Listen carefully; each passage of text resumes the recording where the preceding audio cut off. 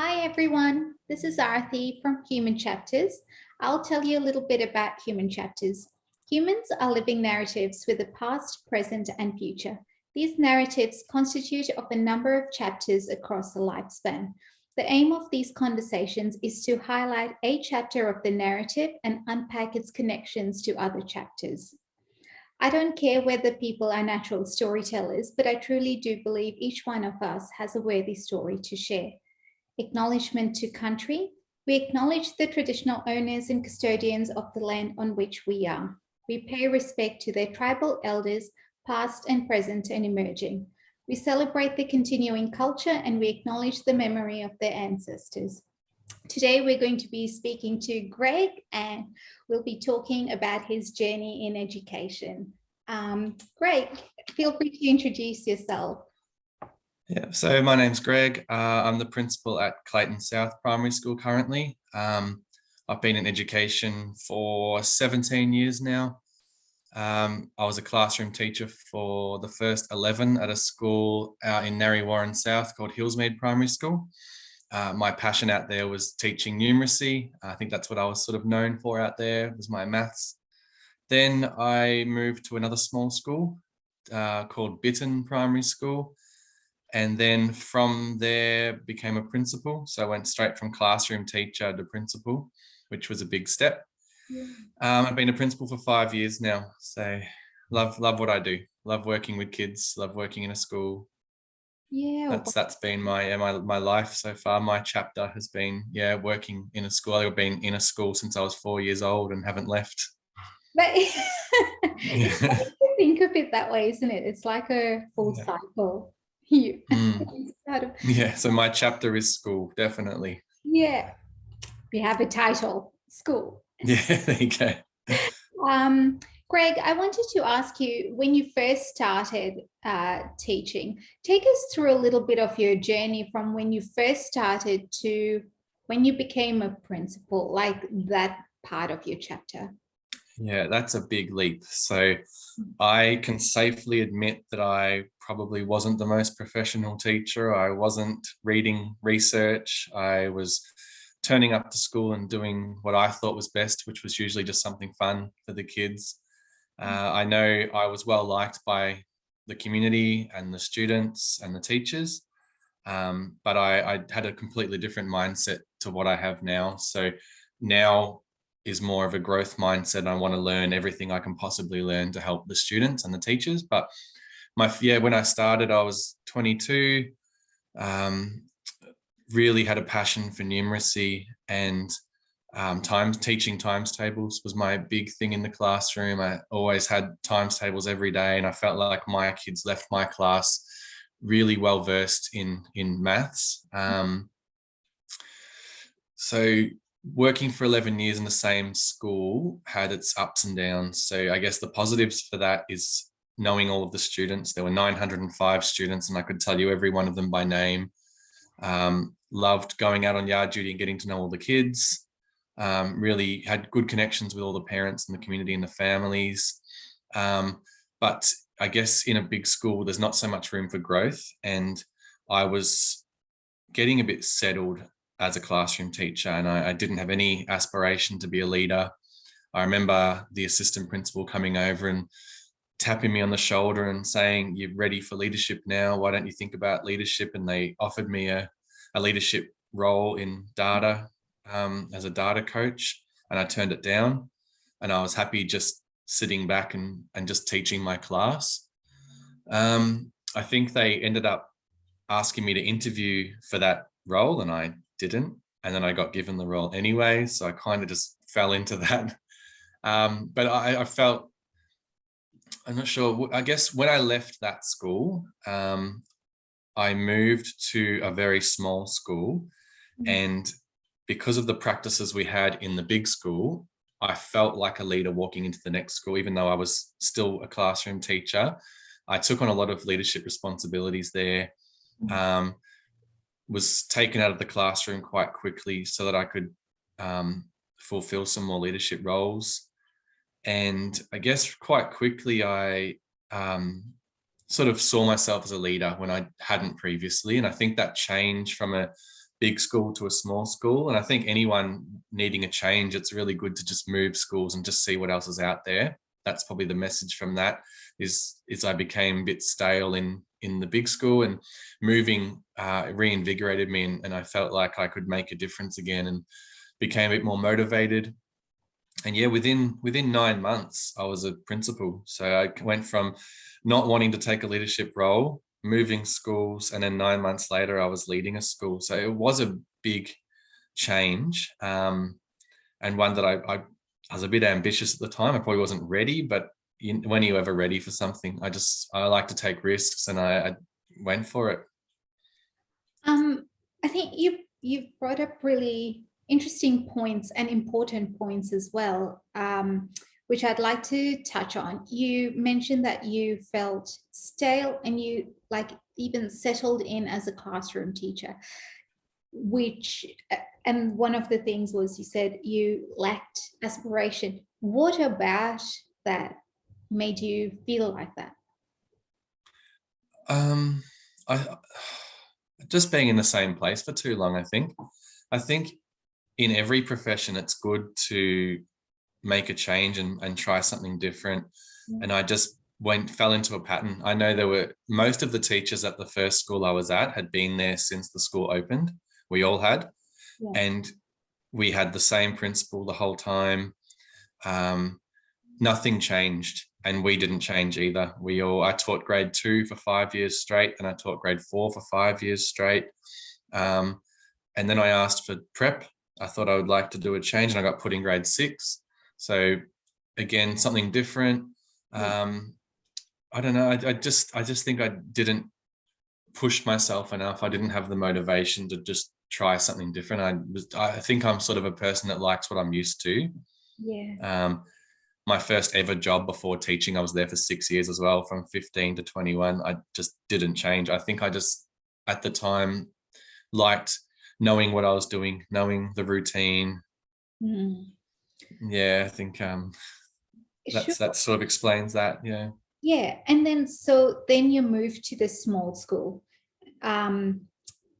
Leadership roles, yes, but explain that small school sort of setting. What was it like? Like even the way you're talking about it, it gave you, or it appeared to give you a real energy boost.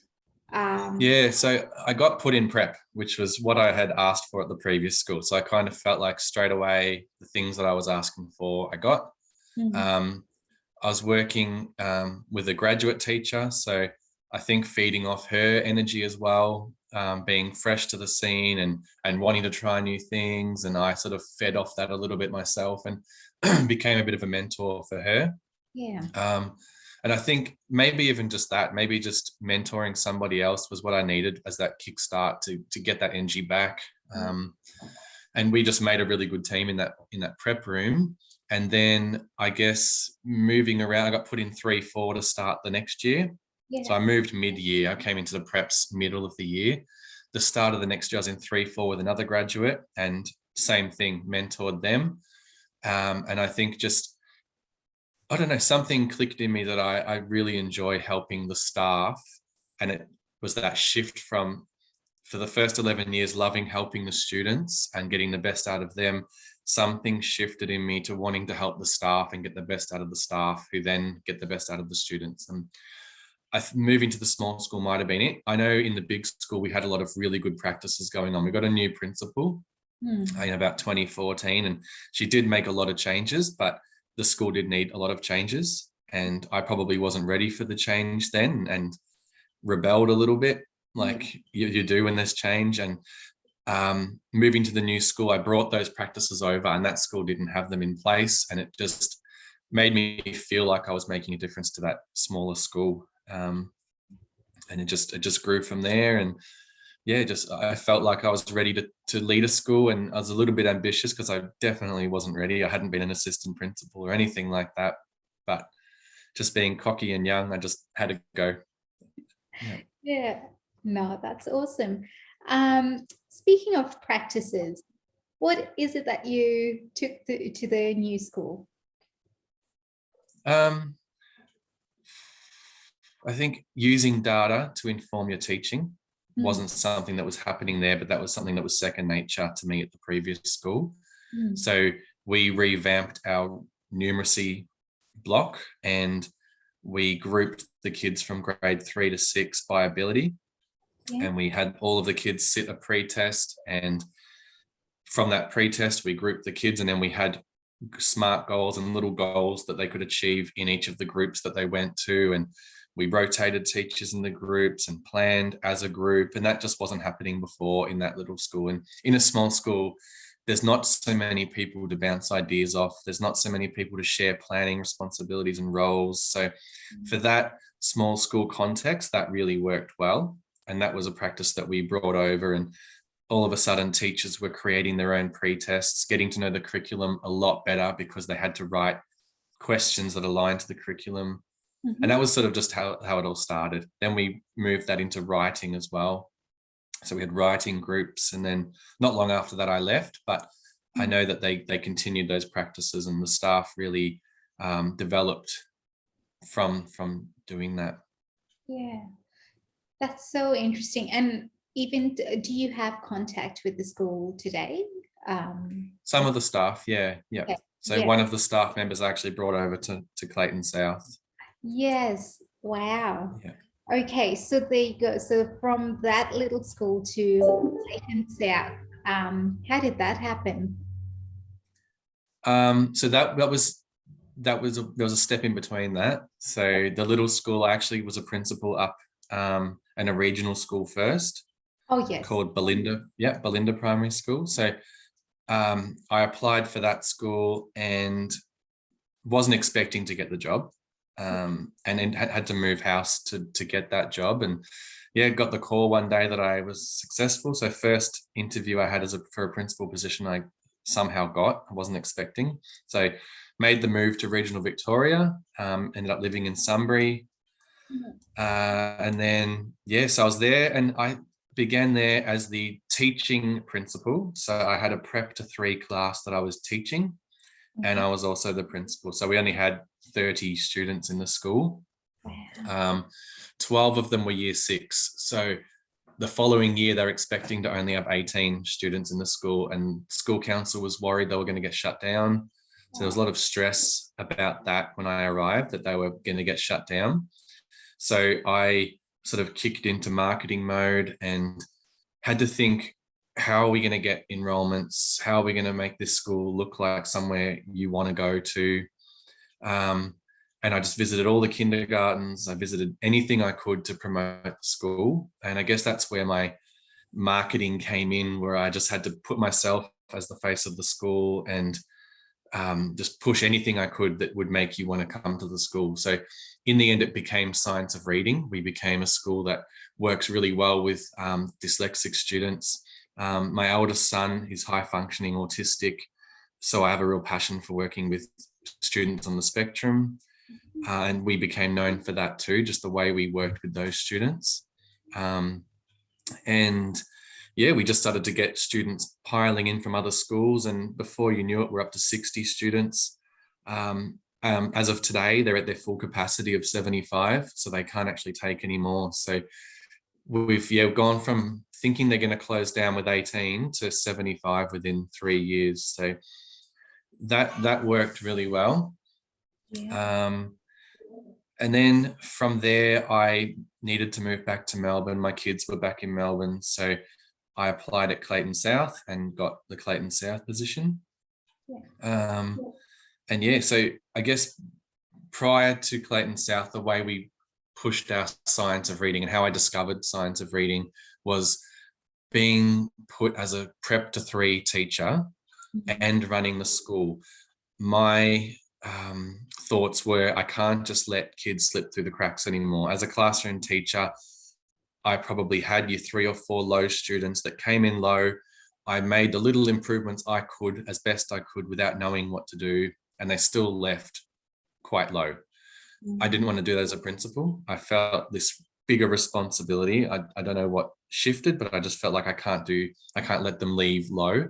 So I contacted a speech pathologist and I employed her, and we had her working in the school 2 days a week.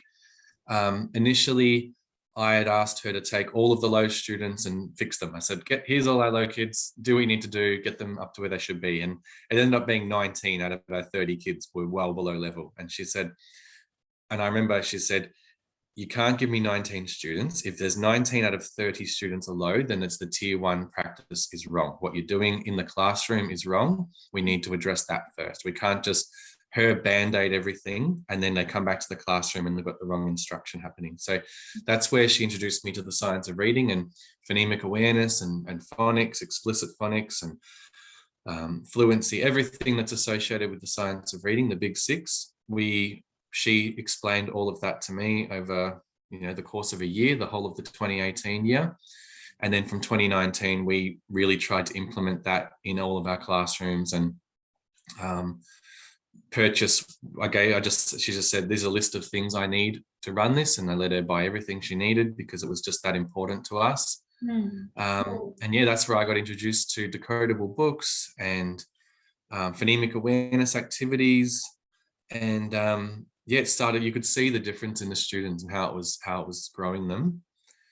Especially we had quite a few dyslexic students at the school, so you could see just their confidence growing, and working with Kirsty, the speech pathologist, just how much they were growing, and the parents were so excited. And it just, I don't know, just something grew in me that I just wanted, that was my passion from there. I was always numeracy, and all of a sudden I was converted. She converted me and I was a reading person. So when I did get the job down at Clayton South, that was definitely the first thing I was bringing to them. And I thought the same thing. I came to Clayton South and we had 107 students. And again, only 8 preps. And we just really needed a boost in enrollments. And so the same thing, I just went the marketing approach, contacted newspapers, any article they could write about us, I was happy to push. So we had The Age, Herald Sun, The Australian, all writing articles about anything I could promote about the school, even the smallest thing. I just wanted them into the school, taking photos, writing something positive about us, and then spreading that across our Facebook page. I think at the moment we've got about 900 followers on our Facebook page for a school of 80 families. So I know that it's not just our families following us. We're getting a lot of people in the science of reading field jumping on to have a look at what we're doing. And I get a lot of emails. Can we come to your school and have a look at what you're doing, or just come to have a chat about how we can do this at our school? And that's great. I love doing that. I love sharing what we're doing and sharing my knowledge so that other schools follow suit, because at the end of the day, it's for the students. And that's, obviously my passion is going to come through with that, and anything you can do to boost the reading levels of our students is going to get me talking. Absolutely. I have lots of questions, just So first of all, if you were to explain the big 6 of science of reading to a parent or to someone out in the community, what would that explanation look like? So I'd probably start with phonemic awareness and explain to them the important role that plays in early readers.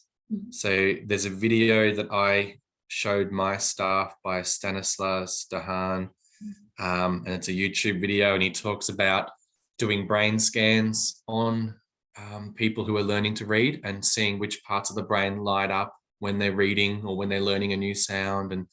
And just he found that hearing the sounds lights up the part of the brain, then linking that to the graphemes, to the letters that represent the sounds, and doing that explicitly and systematically in a synthetic approach is what works. And that's exactly what we do at our school. So I'd explain that side of things to the parents.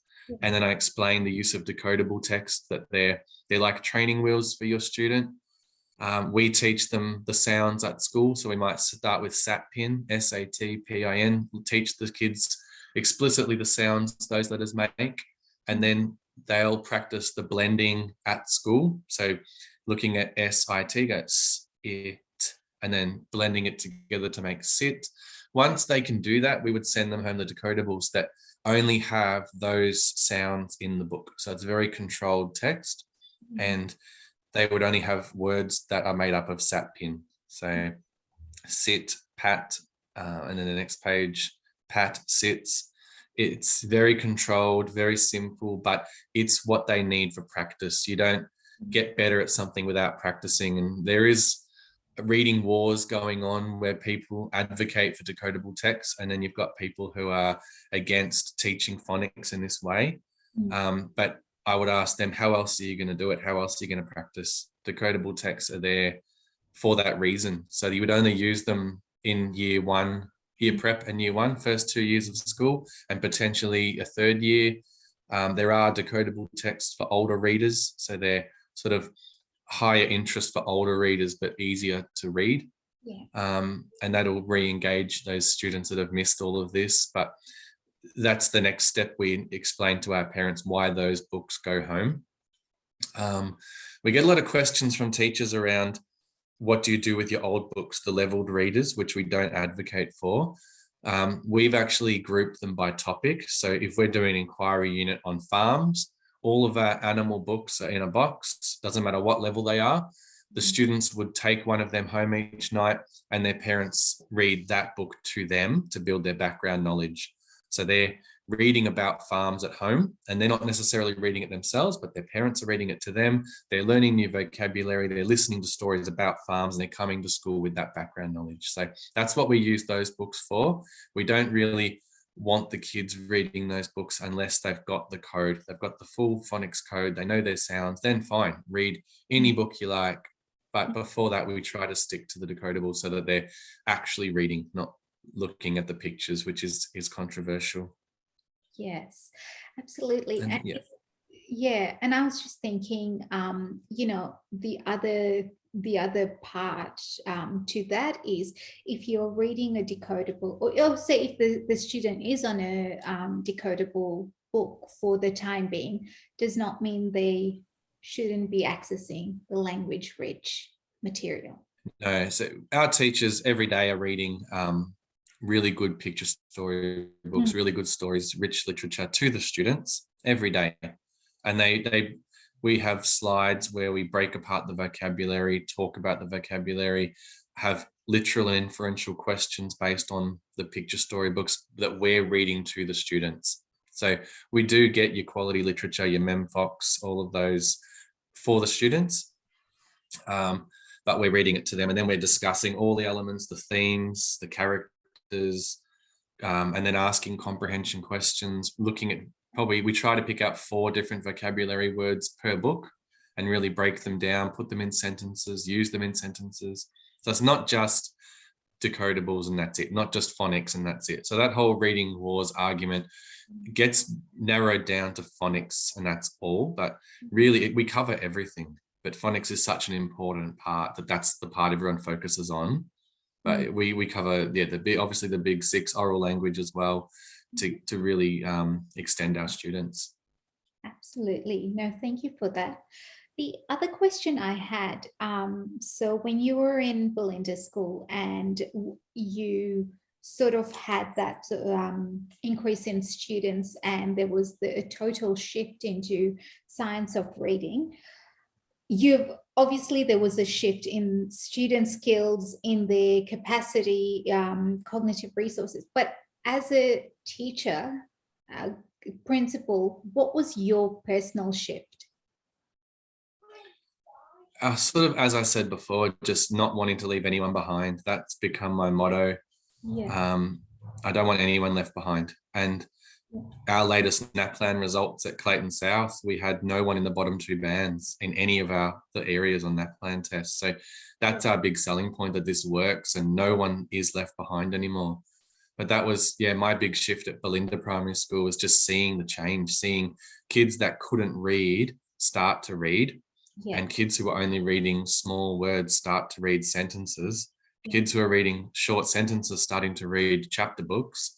And it just grew from there, and you could just see the confidence growing in the students. And if we get in early enough, it takes away that chance for them to fall through the cracks and to fall too far behind. And the parents were seeing it too. So when you do take this journey, you need to bring your parent community along with you, so they're doing everything you're doing at home, so it keeps going. But yeah, the big thing was just not leaving anyone behind. That was what I picked up on at Belinda. There was always someone left behind in my classroom, not through not trying. It was just I didn't know the right practices at the time. I was only doing what I was taught.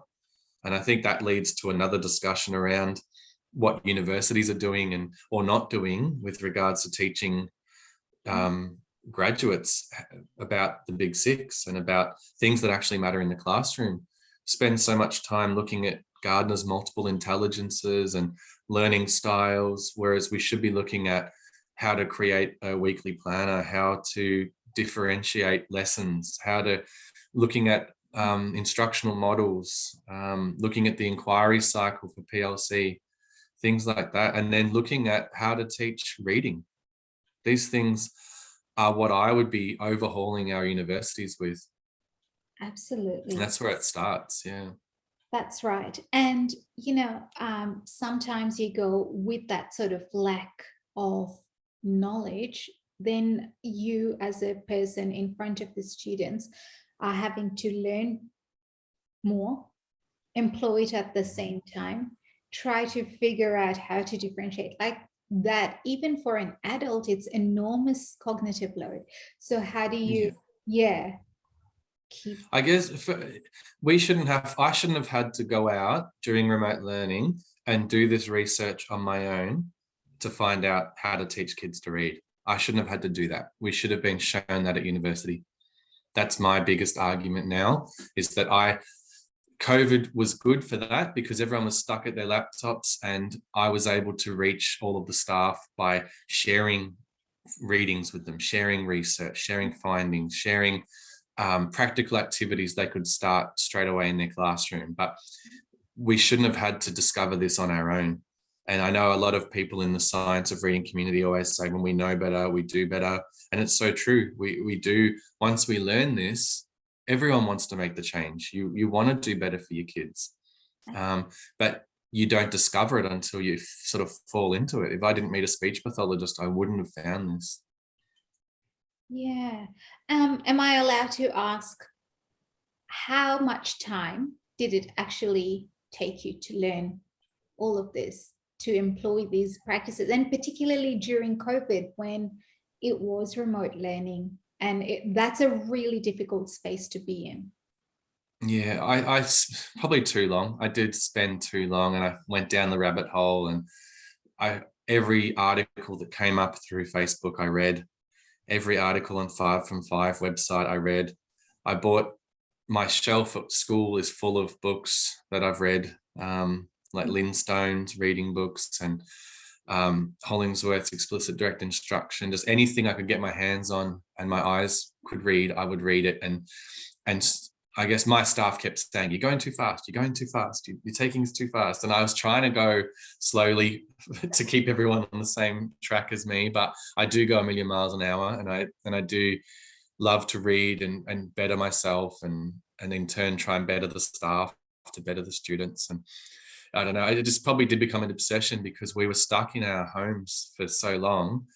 Yes. They left me with a laptop, so what am I going to do? I may empathize with you on that.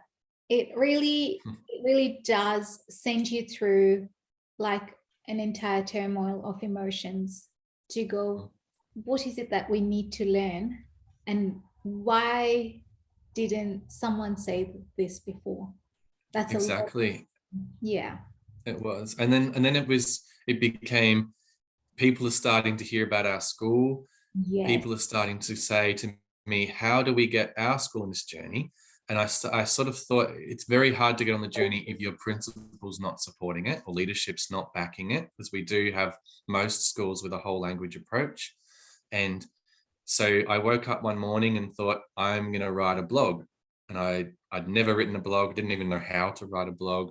I just woke up in the morning and just said, that's what I'm going to do to try and get this message out there.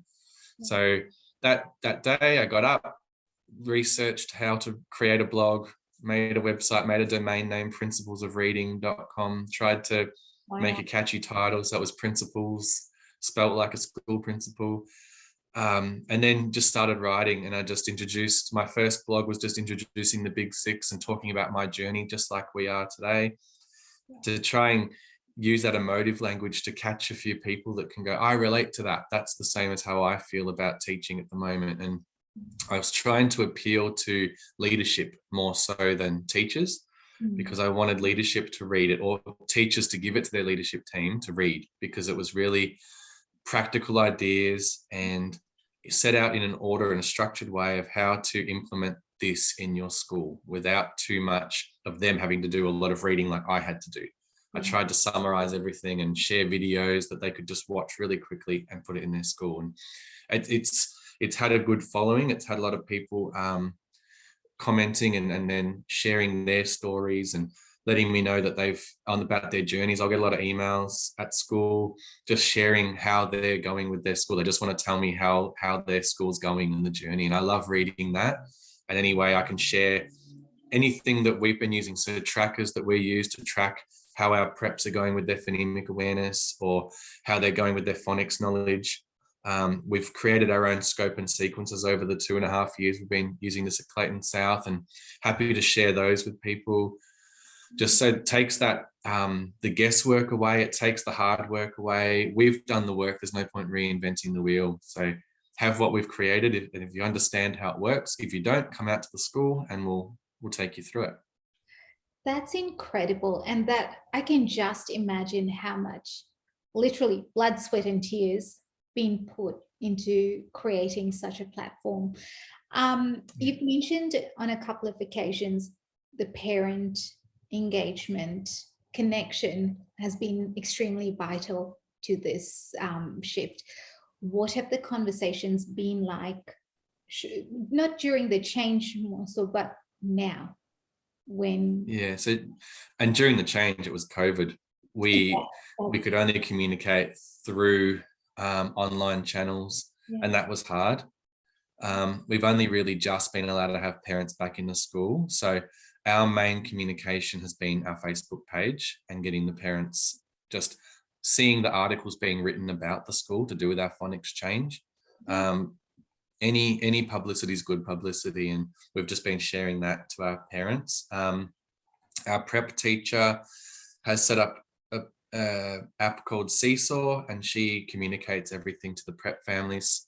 So, and she's really diligent with that and lets them know everything we're doing, sends home phonics homework and explains it for the parents so that they can do everything from home. And we're finding the ones that are doing the work at home with their children, those kids are thriving.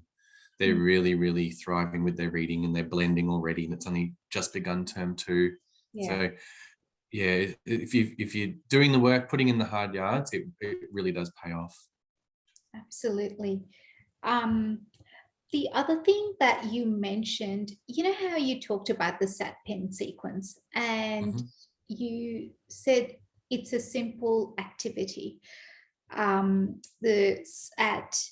And I just wanted to sort of reinforce it. It is simple, but it's also deep in that, knowing how is the student blending, and if the student is not able to blend, actually trying to reassess and really observe why isn't the child able to blend, which again, the whole idea of knowledge. We need to know about things, and it might seem simple, but when it doesn't work, then where's that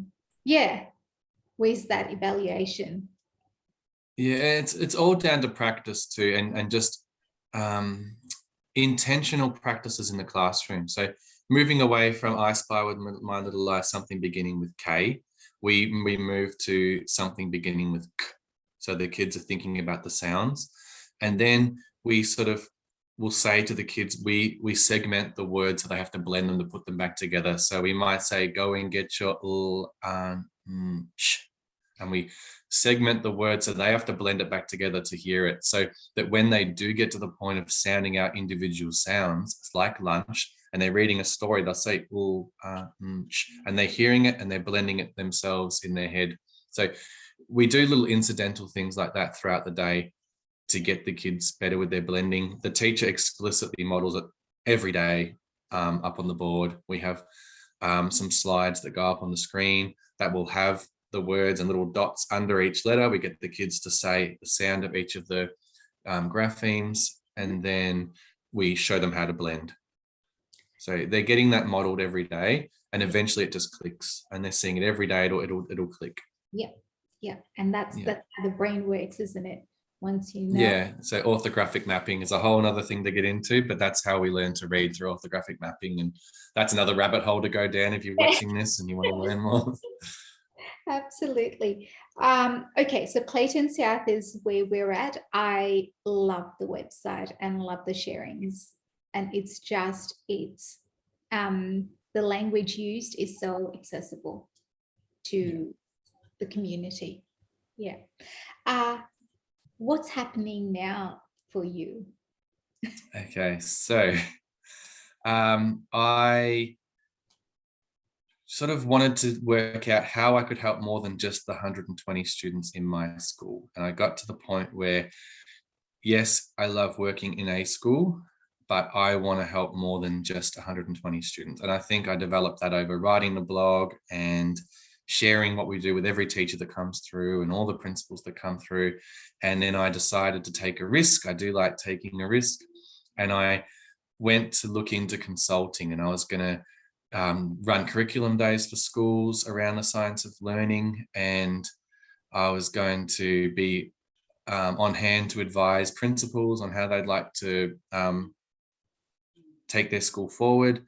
But then when I put it out on the Twitter sphere that I was looking into doing that, I was poached by Decodable Readers Australia. So they've got me working with them now, and that's really exciting for me to be in that space as a profession. So I'll be, I've got to get this right, Director of Instructional Improvement will be my job title there, and hoping to eventually create conferences and go nationwide and run conferences for teachers and leadership teams around the science of reading, science of learning space, and really get as many people as we can in and learn what they need to learn, and then hear practical advice and practical strategies you can take straight back into your classroom to work on straight away. And then the other part of that might be assisting with writing some new decodable series, and just anything that's going to push this space. That's what we're after. That is amazing. So, sorry, say that again. Director of Instructional Improvement. Okay. Yeah. Let's do with writing. It's a mouthful. Yeah. That's all right. Because I was going to ask you, what does that actually entail? And so around like the consulting, it's similar to, so what I wanted to do was getting consulting, and this allows me to still do that. And reach more people too, because it's sort of, we're trying to go nationwide with that. So that will allow me to follow my passion, and I'm really looking forward to that. So I start that on Monday. That is really exciting. Yeah. That's fantastic. Before we do wrap up, has there been anything you've been wanting to talk about, Greg, and that I haven't even thought to ask? Or I guess another thing that I normally talk about my kids, my own children, with the oldest that I've mentioned has high functioning autism. Reading was just a breeze for him. He was obsessed with reading. That was his thing. We couldn't go to bed without 4 books every night. So when he was 3, he convinced me 3 books every night. When he was 4, it was 4 books every night. I was dreading him turning 5, but when he turned 5, he wanted to read books to me. So he was reading chapter books before he started primary school. wow. He would have been really difficult to teach in prep, because you're really going to have to differentiate for a kid like that. And he's really just excelled. He's such an intelligent kid. As part of his ASD diagnosis, we got him an IQ test, and he came out 129, which is the top 2% of the population. So for him, learning's never been a challenge. But when I had my second son, it wasn't his passion. he didn't want to pick up a book. I think he would have got angry if I picked up 4 books and said, we're reading 4 books tonight.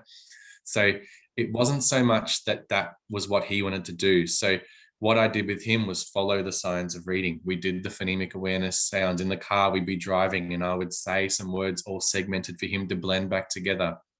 So he didn't realize we were doing boring schoolwork to him, but we were doing that every day. And the phonics stuff as well. So I would teach him sounds following a scope and sequence, and bring home decodables from my school for him to read, because his school was whole language and they weren't necessarily following how I would have liked him to be taught. And his teacher will tell you, our parent-teacher interview was like a PD for her. I think it was 45 minutes long, and I did feel bad afterwards, but I really wanted to get it across how I wanted him learning and what was going to work for him and for everybody else in the classroom. Yes, so he's now doing really, really well with his reading, but it wasn't as simple as my first son. It was a lot more explicit instruction, following the scope and sequence, using decodable readers, which I didn't need to do with the eldest son. So it really showing that difference, that if it's not working, the whole language approach, then yes, grab your decodables, follow a scope and sequence, that works. And he's living proof of that. He's doing really well. Now he's in year 1 and he's doing really well. Absolutely. So that's probably the one thing I probably didn't talk about. Yeah. And Greg, just expanding on that point, you as a parent also had your professional knowledge as well, from whole language to science of reading, and you have this experience. Do you find that parents that don't have that professional knowledge base, is there any like things where, you know, it can be too hard, life is busy, this, that? Is there any of that? There always is. You've always got disadvantaged families. You've always got families that don't speak English at home. So that's why we have to make sure we do this every day in the classroom. It's really predictable for the students. They know what our day looks like. It's consistent. There's no surprises. They get exactly what they need in the classroom, because if they go home to non-English speaking home, or mum and dad have dyslexia and can't read, we need to make sure that we've done the right thing by them at school. Those kids will also get extra intervention at school time as well. So they'll get extra. So they're not being read to at home. We make sure they're reading to an adult every day at school. So they get that extra help too. We've identified exactly who needs that extra assistance, and we make sure we give it to them. No, that's fantastic. Thank you so much. Is there anything, a couple of key takeaways for anyone listening to this conversation, and it may be anyone in the world listening? Yeah, I guess biggest one would be follow your passion. So my safe space is a school. I've been in a school all my life, as was said, and I was very hesitant to leave, but my second one would be take a risk. If you're passionate about something, take a risk and give it a go. Put yourself out there. That would be the next one. Put yourself out there, create a brand for yourself. So you never know where it's going to take you. I wouldn't have ever dreamed that I was going to leave school ever, but I have, and couldn't be more excited to be helping a lot more than just the kids in my school. Love what you do. Make sure that you love whatever it is you're doing, that you love it, and be positive. I like to always tell my staff, arrive with 2 solutions to the problem you're about to bring to me. Don't just come to me with a problem, bring 2 solutions. That way it's a lot easier to deal with. I'll say A or B, pick one, and we're off and running again. So they're my big 5, I think. And that can relate to any profession, I think. Yeah, and that's a really good coaching strategy too. Mm-hmm. Yeah.